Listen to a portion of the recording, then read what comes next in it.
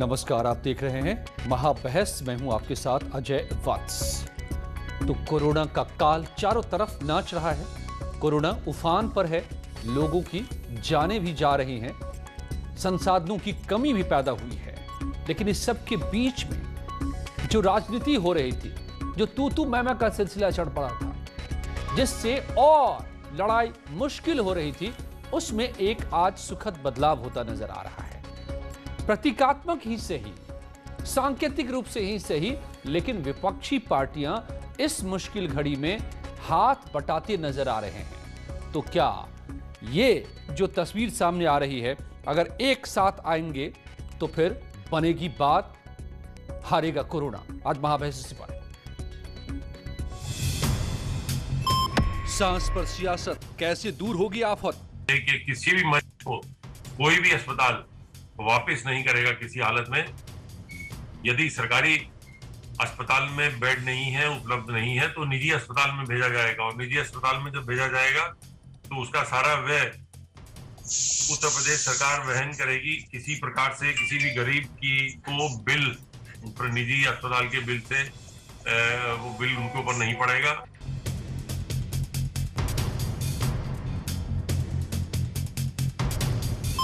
बढ़ रही महामारी, एकजुटता से जाएगी बीमारी। लगातार सुनने में आ रहा है और सुर्खियों में बना हुआ है कि कैसे ट्रेन गई लखनऊ से बोकारो और ऑक्सीजन लेकर आई, लेकिन सच्चाई इससे थोड़ी परे है। और मुझे लगता है कि लोगों को सच्चाई जानने का हक है। ये जो 6 टैंकर्स लेकर ये ट्रेन आई है, ये क्रायोजेनिक टैंकर्स होते हैं, और जो 6 हमें दिख रहे हैं वो सबसे छोटे टैंकर्स हैं।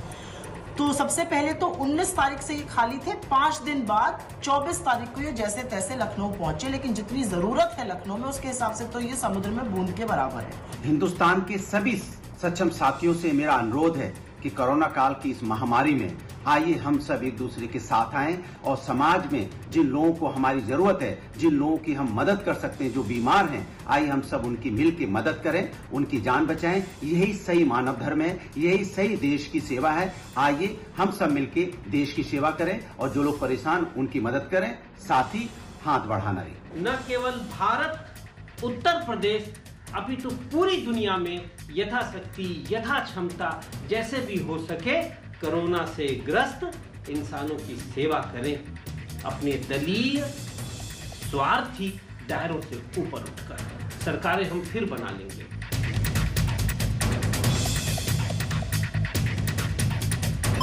कोरोना की लड़ाई में सबका साथ से बनेगी बात। आज बड़ी बहस इसी पर। मेरे साथ जुड़ रहे हैं डॉक्टर एस यादव, जो पूर्व सीएमओ हैं लखनऊ के। मेरे साथ दिलीप श्रीवास्तव जी बीजेपी के प्रवक्ता जुड़ रहे हैं। सुधांशु वाजपेयी कांग्रेस के प्रवक्ता। प्रोफेसर धर्मेंद्र यादव समाजवादी पार्टी के समर्थक। स्वागत है आप सभी का। प्रोफेसर धर्मेंद्र यादव जी, आपसे मैं शुरू करता हूं। आज जो कुछ तस्वीरें सामने आ रही हैं, पिछले कुछ दिनों से लगातार हम देख रहे थे, हम यहाँ पर बैठ कर के भी रोज़ बात कर रहे थे और आप लोगों की तू मैं को भी हम देख रहे थे। लेकिन आज तस्वीर एक अच्छी सामने आ रही है कि हाथ बढ़ाने की बात आपके भी प्रवक्ता करते नजर आ रहे हैं। सांकेतिक रूप से ही सही, एक ही सिलेंडर से ही, लेकिन वो बांटते नजर आ रहे हैं और यही कांग्रेस का भी चेहरा नजर आ रहा है। तो क्या इस रास्ते कोरोना हारेगा? एकजुटता से हारेगा कोरोना? अजय जी, मानवता से बड़ा धर्म इस धरती पे कोई नहीं है। और कोरोना जैसा महामारी की जो दूसरी लहर है, बल्कि लहर नहीं, इस समय वो सुनामी बन चुकी है। अगर पूरे देश का एक एक नागरिक इससे लड़ाई नहीं लड़ेगा तो हम कोरोना से नहीं जीत सकते। तो हमारा सभी देशवासियों से, सभी दलों से बस यही निवेदन है कि संकट की इस घड़ी में हम एक मुट्ठी की तरह काम करें, एक मजबूत स्थिति में काम करें, ताकि वैश्विक स्तर पे भी हमारा जो मान सम्मान है वो बढ़े और हमारे जो नागरिक इस समय परेशानी में हैं, आपत्ति विपत्ति में हैं, जो अपनी परेशानी से जूझ रहे हैं, उन्हें एक मॉरल सपोर्ट मिले, एक सहारा मिले कि नहीं, हम जिस देश में हैं, हमारा देश एक परिवार की तरह है और इसमें हमारे साथ अगर कुछ ऐसी बात होती है, अनहोनी होती है, तो हमारे पीछे बहुत सारे लोग खड़े हैं। यही एक मंत्र है जो कोरोना को मात देगा, क्योंकि ये सरकार की आलोचना नहीं है कि जो हमारा हेल्थ केयर सिस्टम है ओवरलोडेड है और बल्कि अब कोलैप्स भी हो गया है, ये कह लीजिए आप। ऐसी परिस्थिति में हम एक दूसरे का हाथ बटा करके ही इस कोरोना से विजय पा सकते हैं। इसके अलावा कोई दूसरा मंत्र नहीं बचा हुआ है। बिल्कुल बिल्कुल सुधांशु वाजपेयी जी, तो कांग्रेस को भी अब ये लग रहा है कि ये वक्त तू मैं का नहीं, राजनीति का नहीं, बल्कि साथ आने का है। अजय जी, कांग्रेस को ये लग नहीं रहा है कि कांग्रेस इसकी शुरुआत बहुत पहले कर चुकी है। आपने खुद देखा होगा कि पिछली बार भी जब कोरोना आया था तो हमारी यूथ कांग्रेस की टीम लगातार सक्रिय थी। इस बार भी खुद भाजपा के सांसद और मंत्री तक श्रीनिवास जी जो हमारे यूथ कांग्रेस के अध्यक्ष हैं उनसे मदद मांगते आपने देखा होगा। आपके तमाम पत्रकार साथियों को भी वो मदद मुहैया करवा रहे हैं। और इसी क्रम में उत्तर प्रदेश में भी माननीय प्रियंका जी के निर्देश यूपी कांग्रेस हेल्प डेस्क शुरू किया गया है। ट्विटर पे उसका हैशटैग है, अकाउंट है, तो उस पर अगर कोई मदद मांगता है तो यूपी कांग्रेस में भी हम लोग लगातार उसको मदद दे रहे हैं। तो और राहुल गांधी जी ने आज फिर से ये अपील की है और इससे पहले भी वो अपील कर चुके हैं कि सभी को एक साथ खड़े होने की जरूरत है, जनता की सेवा में लगने की जरूरत है, क्योंकि जनता की सेवा ही सबसे बड़ी राजनीति है जिसे सरकारें भूल चुकी हैं। और राहुल गांधी जी के इस निर्देश पे पूरी कांग्रेस लगी हुई है, यूथ कांग्रेस के लोग लगे हुए हैं। और राहुल गांधी जी ने इसका सबसे पहले ये दिखाया करके उन्होंने रैलियां अपनी इसलिए निरस्त की कि जनता और संक्रमित न हो। उन्होंने चुनाव और राजनीति प्राथमिकता में नहीं देखी। उन्होंने देखा कि जो हमारी जनता है, हमारे देश के जो लोग हैं वो सुरक्षित रहें, स्वस्थ रहें। हमारी पहली जिम्मेदारी इस बात की है। कांग्रेस हर दौर में, हर समय में जनता के लिए प्रतिबद्ध है। इस महामारी के समय में भी हमारी पहली प्राथमिकता ये है कि जनता को सुविधाएं मुहैया हो, जनता की जितनी हम हर संभव सहायता कर सकते हैं वो कर सकते हैं। हम भी लगातार इस प्रयास में लगे हुए हैं। लेकिन एक सबसे बड़ी दिक्कत ये है कि सिस्टम नहीं हो सकती, जनता प्रयास कर सकती है। जब सिस्टम ही कोलैप्स हो तो कई बार बड़ी हताशा होती है, कई बार बड़ी निराशा होती है कि आप चाह कर भी बहुत कुछ नहीं कर पाते। तो अभी भी पहली जरूरत है कि सरकार को इसकी अगुवाई करनी होगी, उसके बिना ये सारे प्रयास कर जाएंगे।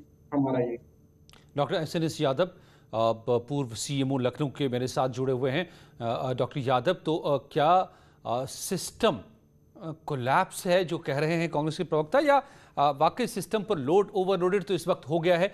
हालात तो जो हैं वो हम सबके सामने हैं, मगर हर कोई अगर हाथ बढ़ाए, हर कोई अगर कोशिश करे, और सरकार भी अपने रास्ते तमाम कोशिशें कर रही है क्या, और क्या इस रास्ते हम कोरोना पर काबू पाएंगे? देखिए, मैं ये तो नहीं कहूंगा कि सिस्टम हमारा क्रैश कर गया है। हमारा यूपी का या हिंदुस्तान का, भारतवर्ष का जो मेडिकल सिस्टम है बहुत ही दुनिया के स्ट्रांग मेडिकल सिस्टम में है। हमारे जो हेल्थ वर्कर है 500 से लेकर के पूरे देश की हर आबादी को कवर कर रहे हैं। हमारी आशाएं बहुएं बेसिक हेल्थ वर्कर अगर जोड़ा जाए तो 500 पर कर गए। तो सारे हेल्थ वर्कर बिल्कुल लगे हुए हैं। और हेल्थ विभाग के अलावा हमको अन्य विभागों की भी मदद लेनी पड़ेगी, जैसे गृह विभाग हुआ, पंचायती राज विभाग हुआ, आपका टेलीकम्युनिकेशन है, रेलवे है। सारे जो गवर्नमेंट विभाग सब मिलजुल करके सब एक साथ काम करें। उसके साथ सारी पॉलिटिकल पार्टियां एक साथ काम करें। साथ साथ जनता का बहुत बड़ा सहयोग चाहिए, जिसमें मास्क को लगाना, सोशल डिस्टेंसिंग करना। क्योंकि देखिए, अब ये जो सुनामी है गांव की ओर चल दी है, गांव में लोग संक्रमित हो रहे हैं। हम कई जगह के जिलों के उच्चाधिकारियों, स्वास्थ्य विभाग के अधिकारियों से भी आज हमने संपर्क किया, तो उन लोग कहना कि हम गांव में भी हमारे बीमारियां बढ़ रही हैं, गांव में भी मृत्यु की दरें कुछ बढ़ी हैं। लेकिन आप सरकारी आंकड़ों पर मत जाइए, ये केवल आइसबर्ग एक दिखाई दे रहा है, इसके नीचे बहुत बड़ा एक चट्टान है जो बर्फ की, जिसको आप देख नहीं पा रहे हैं। काफी रिपोर्टिंग, हमेशा इतनी रिपोर्टिंग सिस्टम मजबूत नहीं है, लेकिन फिर भी हमारा स्वास्थ्य विभाग बहुत ही मेहनत के साथ काम कर रहा है। और इसके साथ सरकार के अन्य विभाग जो है सहयोगी, वो सब मिलकर के काम जब करेंगे तभी हम कोरोना को हरा पाएंगे। वैक्सीनेशन की गति को बहुत तेज देना, इसमें सारे हमारे जो सोशल वर्कर से लेकर के जितने हमारे सामाजिक संगठन के वर्कर हैं सब मिलजुल करके करें और सबका सहयोग करें, क्योंकि ये बहुत ही आफत की घड़ी है और इससे मानव और मानवता दोनों खतरे में है। अगर हम अब नहीं चेते तो कभी नहीं चेतेंगे, हमको इसका बहुत बड़ा नुकसान उठाना पड़ेगा। बिल्कुल। और ये इस वक्त के जो हालात हैं उसमें तो चेते क्या, जो कुछ किया जा सकता है वो करने की जरूरत है। ऐसा न भूतो न भविष्यति, unprecedented situation. Doctor SNS Yadav, आप बेहतर समझा सकते हैं क्योंकि आप खुद डॉक्टर हैं और हालात को और बेहतर समझ भी रहे हैं। क्या इस वक्त जितने कदम उठाए गए हैं, कल बहुत एक लंबा सा पत्र संपादकों के नाम सीएम ने खुद जारी किया, मुख्यमंत्री ने बताया कि क्या क्या कदम उठाए गए हैं। बहुत लंबा है, मैं इतना पढ़ तो नहीं सकता हूं, लेकिन जो उन्होंने ब्यौरा दिया है वो आपको मालूम होगा कि क्या क्या कदम उठे हैं। आपको नहीं लगता कि इन कदमों की पर हम चलते हुए देर से ही थोड़े हम सही लेकिन दुरुस्त रास्ते पर चल रहे हैं और काबू पा लेंगे? देखिए, बिल्कुल काबू पा लेंगे, बशर्ते कि हर एक हम जनता का सहयोग मिले। देखिए, कल लॉकडाउन की बात हो रही थी, lockdown is not solution at present at all. Community spread हो गया, अब इसमें हम ज्यादा से ज्यादा केस डिटेक्ट करें, उनको आइसोलेट करें और जो भर्ती लाखों अस्पताल में उनको भर्ती लेवल 2, 3 के अस्पताल डेवलप करके उनका इलाज हो।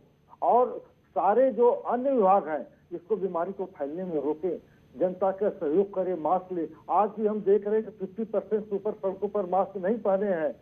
कर्फ्यू लगा हुआ है, लॉकडाउन है, फिर भी लोग सड़कों पर बिना मास्क लगाए 3-3 मोटरसाइकिल पर घूम रहे हैं। इसमें पुलिस कुछ नहीं करेगी। हमको अपना आप में सोचना होगा, हम अपने बगल को सोचें और टोकें कि भाई ऐसा न करो।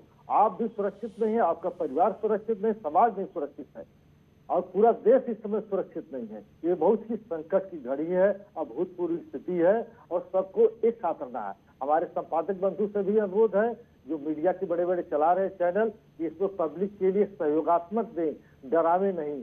डराने का मतलब कि भय पैदा न हो, कोई अफवाहें पैदा न हो।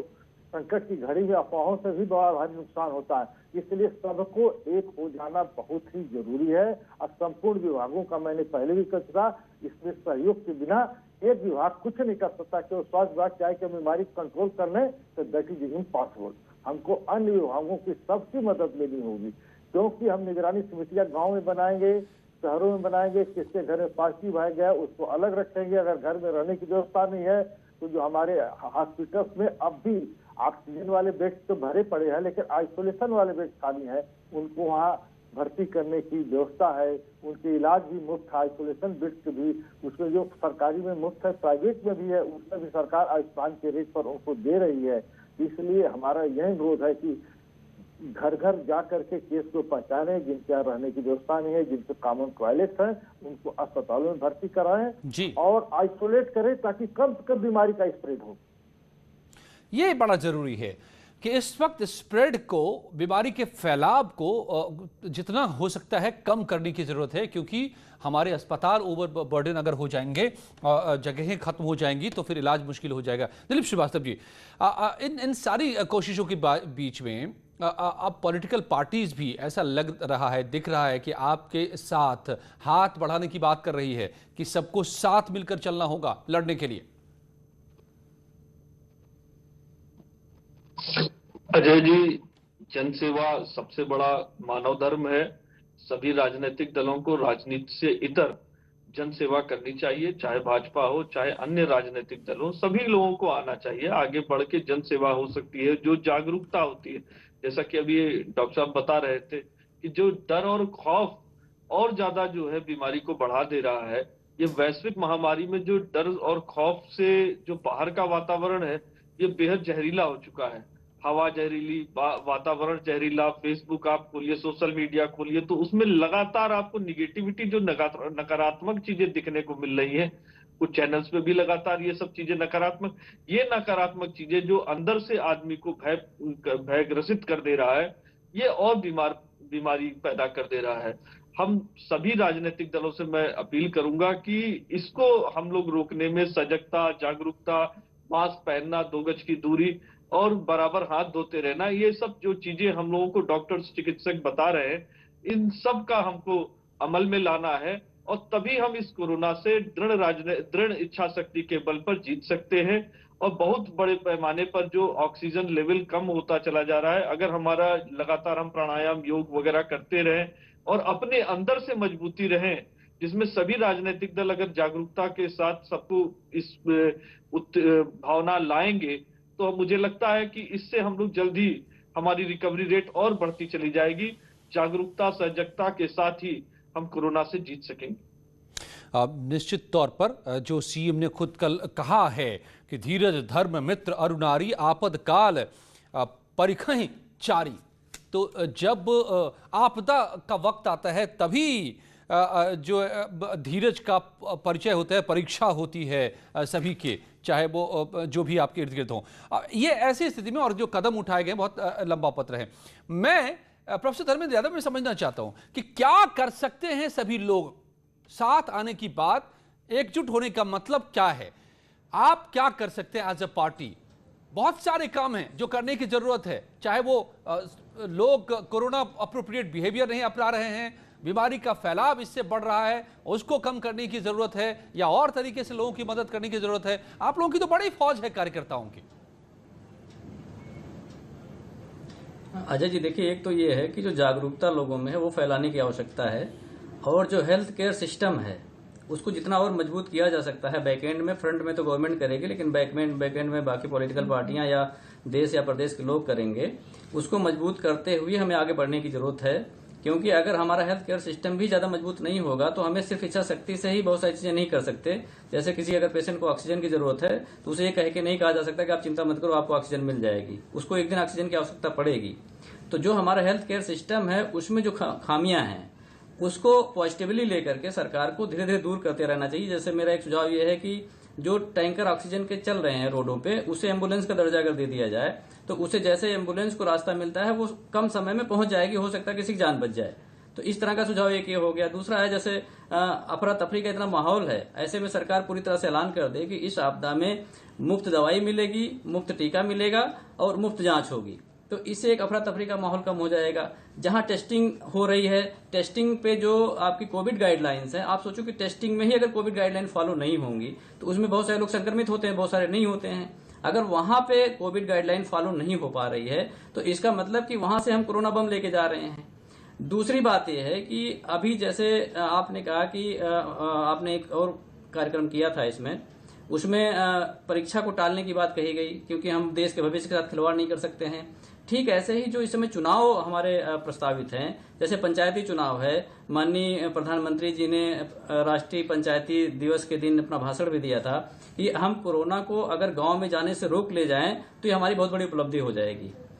अब आप बताइए कि अगर हम पंचायत चुनाव करवा रहे हैं 20 जिलों में, अभी 2 फेज का बचा हुआ है, 20 जिलों में जो चुनाव होते हैं उसमें ज्यादातर कर्मचारी और शिक्षक शहरों में रहते हैं, लेकिन चुनाव ड्यूटी में गांव में चले जाते हैं। तो जो हमारी कोरोना है वो शहर में ज्यादा है। अगर हमारे जो कर्मचारी गांव में जाएंगे तो उसको स्प्रेड करेंगे। तो अगर हम चाहते तो इस चुनाव को अगले 1 महीने 2 महीने के लिए, जैसे बोर्ड परीक्षा रोकी गई है, वैसे रोक भी सकते थे। मतलब इतनी कोई अर्जेंसी नहीं है। अगर नागरिक की जिंदगी ज्यादा जरूरी है, चुनाव कम जरूरी है। इसके लिए जो उत्तर प्रदेश के कर्मचारी या शिक्षक हैं उन लोगों ने बाकायदा अपील करी, मुख्यमंत्री को पत्र लिखा, और आपने देखा होगा कि ट्विटर पे 2 दिन ट्रेंड भी हुआ, ये टॉप पे था ट्रेंडिंग इनका, कि हम अब चुनाव कराने की स्थिति में नहीं है क्योंकि इससे पहले जो लोग चुनाव में गए कर्मचारी, वो बहुत सारे लोग संक्रमित हुए। मैं निजी तौर पे कम से कम 25 लोगों को जानता हूं जो शिक्षक हैं और वो संक्रमित हुए। उसमें से 2 लोगों की मौत हो गई है जिनको मैं पर्सनली जानता हूं। तो ये एक कदम था जिसपे हम अपने कदम को आगे बढ़ा के रोक के हम कोरोना को रोक सकते थे। तो चुनाव को भी रोकना एक अच्छा मतलब टूल होता कि हम इसको स्प्रेड होने से रोक सकते थे। ठीक बात है। इसी तरह से और ये आपके सुझाव को मैं समझ सकता हूं, और मेरे भी मन में ये बात कई बार आई, मेरे सवाल आए, लोग सवाल इसको उठा रहे हैं कि क्यों चुनाव नहीं होने से क्या नुकसान इस वक्त हो सकता था। लॉकडाउन नहीं करने से, तो लॉकडाउन करने से शायद नुकसान हो सकता है, रोजी रोटी का संकट पैदा होता है लोगों में, लेकिन चुनाव क्यों ऐसा? Doctor Yadav, what do you से एज ए डॉक्टर? आप तो सीएमओ रहे हैं, आप एडमिनिस्ट्रेशन को भी जानते हैं, आप सारे हालात को जानते हैं। क्या ये गैर जरूरी हो रहा है अभी इस वक्त चुनाव? नहीं, चुनाव तो गैर जरूरी बिल्कुल हो रहा। मान लीजिए चुनाव जो हो रहा बैलेट पेपर पर हो रहा चुनाव, ये जो 2 तारीख को मतगणना होगी ब्लॉकों पर, इसमें लगभग 24 से 36 घंटे लग जाते हैं काउंटिंग करने में। फिर और उस समय बड़ी भीड़ होती है। अगर कोविड गाइडलाइन को नहीं फॉलो किया गया वहां पर, जो कि बहुत ही मुश्किल काम है पुलिस विभाग को या पंचायती राज विभाग को करवाना, तो हमारे ख्याल से फिर जो 2 तारीख के बाद 9-10 तारीख को जो हमारे जो एपिडेमियोलॉजिस्ट हैं, आज ही हिंदू अखबार में आया है, द हिंदू न्यूज में, कि हम 15 तारीख तक, 15 मई तक हम 8 से 10 लाख केसेस पर डे पर जा सकते हैं। अब 15 के बाद जब 23 जैसे जैसे दिन बढ़ेगा मृत्यु दर बढ़ेगी, उसमें 4-5 हजार पर डे पर मृत्यु होगी। तो जो प्रिडिक्शंस हैं ये देखिए काफी हद तक सही होते हैं। जो आज ये प्रिडिक्शंस देख रहे हैं ये पहले भी MIT वालों ने किया था। तो हमको सावधान रहना है। अब भी हमारा ये अनुरोध है कि चुनाव हो जाने दें लेकिन मतगणना न कराएं, बाद में 2 महीने बाद कराएं, 3 महीने बाद करावें। तो इस तरीके से ये जो बीमारी का फैलाव को रोका जा सकता है, इससे बहुत बड़ा ही ये प्रदेश की जनता का हित होगा। देखिए जब जनता रहेगी तभी सरकारें रहेगी, जनता नहीं है तो सरकार नहीं। जनता सही बात है, बिल्कुल सही बात है। नहीं और तो, सांसों को थामने की इस वक्त लड़ाई है। ये बात दिलीप श्रीवास्तव जी बहुत लोगों की समझ में नहीं आ रहा है। अगर आप हमें समझा पाएं, डॉक्टर यादव नहीं समझ पा रहे हैं, जो हमारे साथ समाजवादी पार्टी के मेहमान हैं डॉक्टर धर्मेंद्र यादव जी, उनको भी समझ में नहीं आ रही है। क्यों अभी एक तरफ तो हम लॉकडाउन नहीं कर रहे, बात उठ रही है कि लॉकडाउन कर देना चाहिए इस वक्त में शायद, क्योंकि अब अस्पताल भार सह नहीं पा रहे मरीजों के। ऐसे में और चुनाव करा रहे हैं हम, शहर से गांव की तरफ लोगों को भेज रहे हैं, भीड़ लग रही है इससे, क्या ये जरूरी है इस वक्त? अजय जी, चुनाव की प्रक्रिया एक सतत प्रक्रिया है। सर्वोच्च न्यायालय के आदेशानुसार उच्च न्यायालय में भी लोग गए थे, लेकिन इस समय वास्तव में स्थिति बदतर है। और जिस तरह से डॉक्टर साहब ने अभी बात जो महत्वपूर्ण सुझाव दिया कि काउंटिंग रोकनी चाहिए, सरकार इस दिशा में भी सोच रही है। साथ ही कोविड के पूर्णतः नियमों का पालन करते हुए सख्ती से मतगणना कराई जाएगी। और ये महत्वपूर्ण सुझाव है कि रोका भी जाए इसे। लेकिन साथ ही जो संवैधानिक स्थितियां हैं चुनाव कराने की, पंचायत का चुनाव, ये महत्वपूर्ण भी है। लेकिन वास्तव में जो इस समय वैश्विक महामारी चल रही है, इस दृष्टि से देखते हुए इस पे कोई बड़ा फैसला लेने के लिए सर्वोच्च न्यायालय ने जो फैसला दिया उसके आधार पे चुनाव हो रहा है। इस दृष्टिगत हमको इसे देखना भी चाहिए और कोविड के नियमों का पालन करते हुए अब सारी चीजों को हमको स्वयं अपने स्तर पे कि मास्क पहनना जरूरी है, जो सजगता जागरूकता हमें अपने में अमल लानी है उसे करना है। और सरकार पूर्णता सख्ती के साथ मतगणना कराएगी। और जो सुझाव आपने दिया है उसे भी दृष्टिगत रखते हुए निर्णय लिया जाएगा कि क्या निर्णय करना चाहिए। उम्मीद हम करेंगे कि क्या इस वक्त अगर चले चुनाव आपने करा ही लिए। चाहूंगा जी बोलिए। इसके साथ ही मैं अजय जी बताना चाहूंगा, मुख्यमंत्री जी स्वयं आइसोलेशन में हैं। मुख्यमंत्री जी स्वयं आइसोलेशन में हैं और लगातार 4 जिलों की बात हो, लखनऊ, बनारस, प्रयागराज, इन सारे जिलों पे लगातार वो समीक्षा कर रहे हैं कितने बेड कहाँ पे। जैसे मेडिकल कॉलेज में KGMU में 380 बेड बढ़ाए गए। इसके अलावा वहां जो ऑक्सीजन की जो प्लांट की सुविधा खुद की है उसको दृष्टिगत रखते हुए उन्होंने स्वयं कहा कि सारी चीजों को देखा जाए। एक कोविड डेडिकेटेड हॉस्पिटल के रूप में इसे स्थापित करते हुए बलरामपुर में 700 बेड बढ़ाने की व्यवस्थाएं की जा रही है। इस तरह से वो खुद स्वयं मुख्यमंत्री जी संवेदनशीलता के साथ स्वयं आइसोलेशन में रहते हुए हर एक जगहों पे, हर एक चीजों पे वो स्वयं उसको देख रहे हैं कि किस तरह से हम कोविड को हराएं। और सबसे बड़ी ये चीज है कि आप इधर भी 2-3 दिनों के लगातार आप देखें तो जो रिकवरी रेट है, जो संक्रमितों की संख्या है, उसके मुकाबले रिकवरी हमारी बढ़ रही है। लोग अपने देखिए इसमें बात सही है, सरकार कई कदम उठा रही है, इसमें कोई शक नहीं है। लगातार ऑक्सीजन को मंगाने की बात हो, मॉनिटरिंग की बात हो, हॉस्पिटलाइजेशन के लिए पहल करने की बात हो और तमाम कालाबाजारी पर रोक लगाने की बात हो, दवाइयों को उपलब्ध कराने की बात हो, हर कदम उठ रहे हैं। लेकिन इतनी तेजी से तादाद बढ़े हैं मरीजों के कि इस वक्त उनको संभालना मुश्किल हो रहा है अचानक से। लेकिन हमारा आज हम इस बात को समझ रहे हैं कि सब अगर साथ आए तो कैसे हम मिलकर हरा सकते हैं। पॉलिटिकल पार्टीज का बड़ा कुनबा होता है, बड़े गांव में हर पॉलिटिकल पार्टीज के, राजनीतिक दलों के कार्यकर्ता होते हैं। वो क्या कर सकते हैं जाकर गांव में, किस तरह की जागरूकता फैला सकते हैं, कैसे लोगों को क्या क्या बता सकते हैं, ये भी मैं पूछूंगा आप लोगों से। ये बड़ी बहस जारी है, हम लौटेंगे कुछ ही